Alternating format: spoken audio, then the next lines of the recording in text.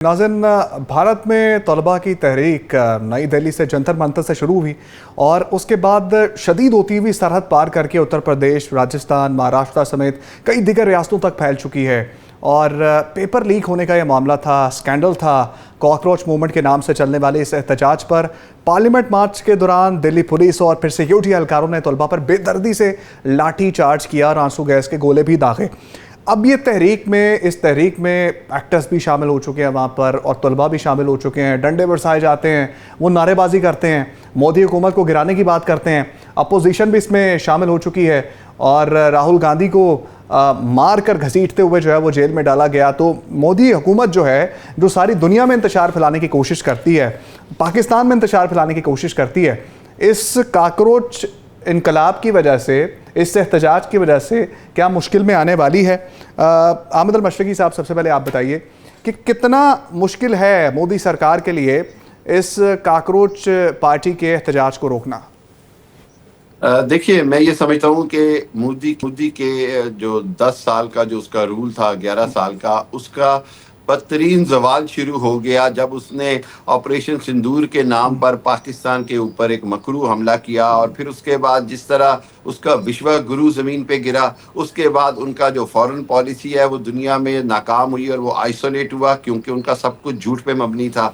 उसके बाद आज जहाँ पर इंडिया के अंदर, जहाँ वहाँ की जो जनरेशन जी है, उसने वाज़े तौर पर मैं समझता हूँ कि एक रेफरेंडम किया है मोदी की सरकार के खिलाफ। और वो ये है कि ये गाली गोली की सरकार है। ये ऐसी सरकार है जो अडानी, अंबानी और बिरलाज और टाटाज के लिए बनी गई है। इसको अवाम का या किसी का कोई ख्याल नहीं है। और तीसरी बात यह है कि ये वो सरकार है जिसने पाकिस्तान दुश्मनी बेचकर खुद अपनी आवाम को भूख नंग के सिवा कुछ ना दिया। मैं ये समझता हूँ कि आज जो कुछ जंतर मंतर में हो रहा है, जो कुछ मुंबई में हो रहा है, जो कुछ बाकी जगहों पे हो रहा है, वो एक तरह से मुकाफाते अमल के साथ साथ मोदी के लिए उसका एक परमानेंट डिक्लाइन और जवाल नजर आ रहा है। आज जो है वो वहां पर जिस अंदाज में मोदी के बारे मजाक उड़ाया जा रहा है, मोदी से इस्तीफा मांगा जा रहा है, मोदी को डिक्टेटर कहा जा रहा है, मोदी के खिलाफ एक मुकम्मल तौर पर अवामी राय आमा हमवार हो चुकी है। और उस राय आमा के अंदर सिर्फ स्टूडेंट्स ही नहीं बल्कि सीनियर जो सियासतदान हैं वो भी शामिल हैं। उसके अंदर कांग्रेस की तमाम लीडरशिप शामिल है, उसके अंदर फिल्म स्टार्स शामिल है, उसके अंदर सोशल एक्टिविस्ट शामिल हैं। जो तलबा की तहरीक थी वो आज उनकी एक जनरेशन की तहरीक है। और उसकी सबसे बड़ी वजह, बार बार मैं ये कहता हूँ कि जब हुकूमतें जो हैं वो झूठा बयानियां बेचती हैं, जब उसके बाद अवाम को मिसगाइड किया जाता है, जब उसके बाद सबसे बड़ी बात ये कि जो अवाम के जो ग्रास रूट के ऊपर जो मसाइल हैं उनको हल नहीं किया जाता। आज जो इंडिया में जो कुछ हो रहा है, जो तलबा की जो तहरीक है, मुझे ऐसे लग रहा है कि ये मोदी के खात्मे पर ही मुंतहिज होगी। इसका नतीजा जो है वो मोदी के इस्तीफे पर होगा।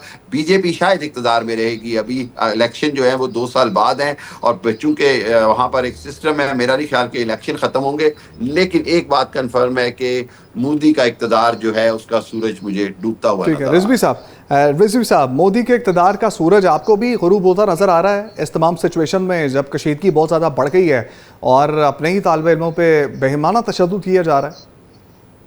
जी बिल्कुल, मैं इसको इस तरह समझता हूँ कि देखिए, एक किस्म का एक जैसे अभिप्राय बहुत सारे ने बयान किया कि बहुत सारे इंसिडेंट्स, इवेंट्स, ऐसी अकरेंसेस हैं जिसमें पै दर पै आपकी शिकस्त हुई।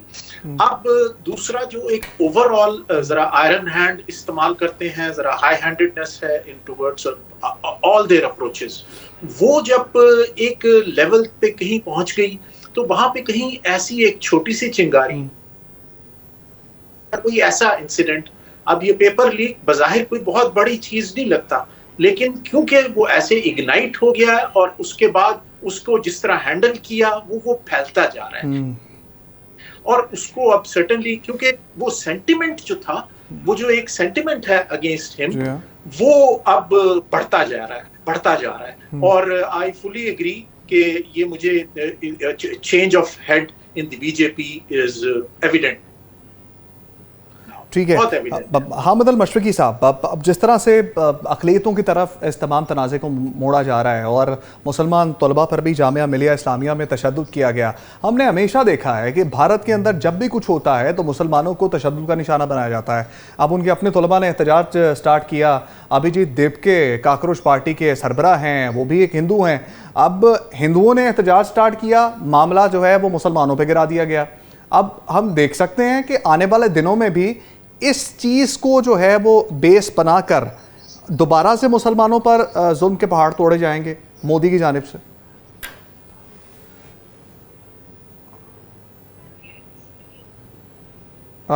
नबी साहब, आप जवाब दे दीजिए इस सवाल का। जी बिल्कुल, मैं ये समझता हूं कि ये बड़ी पुरानी टैक्टिक है कि डिवाइड एंड रूल। तो अब जब वो ये देखते हैं ना कि कोई एक उनमें कहीं कोई दरार पैदा कर सकें जिससे उनके आपस की यूनिटी हो, तो वो ये सबसे आसान कार्ड है, मजहबी कार्ड। भले वो क्रिश्चियंस हो या वो विद इन मुस्लिम्स दीगर फिरकों का हो, तो ये एक बहुत चीप टैक्टिक है, तो वो अपना रहे हैं। मेरा नहीं ख्याल है कि अब ये मामला इतनी आसानी से इनसे हैंडल होगा, क्योंकि इसमें जो अब आज क्या है angle of the various faculties जो कि सिर्फ कह रहे हैं फिल्म्स, पॉलिटिशियंस जैसे कह रहे हैं, दानिश्वर, अब ये जो सारे बिखरे हुए लोग थे ये इकट्ठे हो जाएंगे on one platform to get only one item agenda, और वो होगा कि मोदी साहब को हटाए। ठीक है नाज़रीन, GSU के मुकाम पर मुनक्किदा 20वीं नेशनल वर्कशॉप बलूचिस्तान से आर्मी चीफ और chief of defence forces field marshal Syed Asim Munir का इंतहाई अहम और पॉलिसी साज खिताब सामने आया। फील्ड मार्शल ने सख्त और वाज़ेह अल्फाज में ऐलान किया कि फितनल खवारिज और फितनल हिंदुस्तान के खिलाफ टारगेटेड अस्करी ऑपरेशंस आखिरी दहशतगर्द के खात्मे तक पूरी कुव्वत के साथ जारी रहेंगे। और उन्होंने मजीद ये भी कहा कि बलूचिस्तान में बैरूनी सरपरस्ती में चलने वाली प्रॉक्सीज़ और उनके सहूलतकारों के नापाक अज़ाइम को अफ़वाज पाकिस्तान और ग़यूर अवाम के इत्तेहाद से मट्टी में भी मिला दिया जाएगा। फील्ड मार्शल ने बलूचिस्तान को पाकिस्तान का फ़ख्र करार देते हुए समाजी और मौशी तरक्की के लिए अवामी शराकतदारी पर भी जोर दिया। इस आम खिताब के खदोखाल और ख़ित्ते की सूरत हाल पर, इसके असरात पर तफसीली बातचीत होगी। रिजवी साहब, सबसे पहले आपसे सर, कि फील्ड मार्शल सैयद आसिम मुनीर के खिताब में फितनल खवारिज और फितनल हिंदुस्तान का बैक वक्त जिक्र किस स्ट्रेटेजिक हकीकत की तरफ इशारा करता है, इस पर रोशनी डाल दीजिए।